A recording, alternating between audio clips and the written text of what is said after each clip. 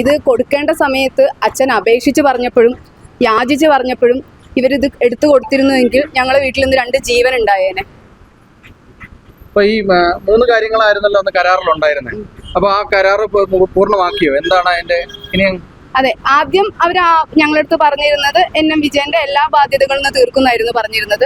അത് അവർ ഏകപക്ഷീയമായി ഈ 3 കാര്യങ്ങളെ KPCCക്ക് ചെയ്തു തരാൻ പറ്റുള്ളൂ, അത്രേ KPCCയുടെ ഫണ്ടുള്ളൂ എന്ന് പറഞ്ഞ സമയത്ത് ഞങ്ങളത് എഗ്രിമെന്റ് ഓക്കെ പറഞ്ഞതാണ്. ആ എഗ്രിമെന്റ് പ്രകാരമുള്ള കാര്യങ്ങളെല്ലാം ഇന്നത്തോടുകൂടി തീർന്നിരിക്കുകയാണ്.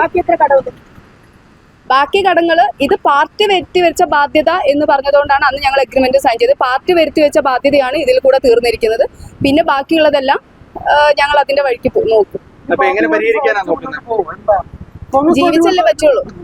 ജീവിച്ചേ പറ്റുള്ളൂ. കാരണം ഞങ്ങൾക്ക് 3 പിള്ളേരുണ്ട്, അവർക്കൊരു കുഞ്ഞു കുട്ടികളാണ്, അവർക്കൊരു ജീവിതമുണ്ട്. അപ്പൊ ഞങ്ങൾക്ക് ജീവിച്ചേ പറ്റുള്ളൂ. അതിനു വേണ്ടിയിട്ട് ഞങ്ങളെ കൊണ്ട് പറ്റുന്നത് പോലെ ഞങ്ങൾ ചെയ്യും.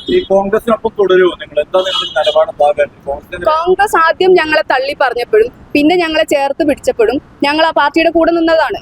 അന്ന് നിങ്ങൾ തന്നെ കണ്ടതാണ്. അച്ഛന്റെ മരണശേഷം എന്തെല്ലാം അവർ പറഞ്ഞു.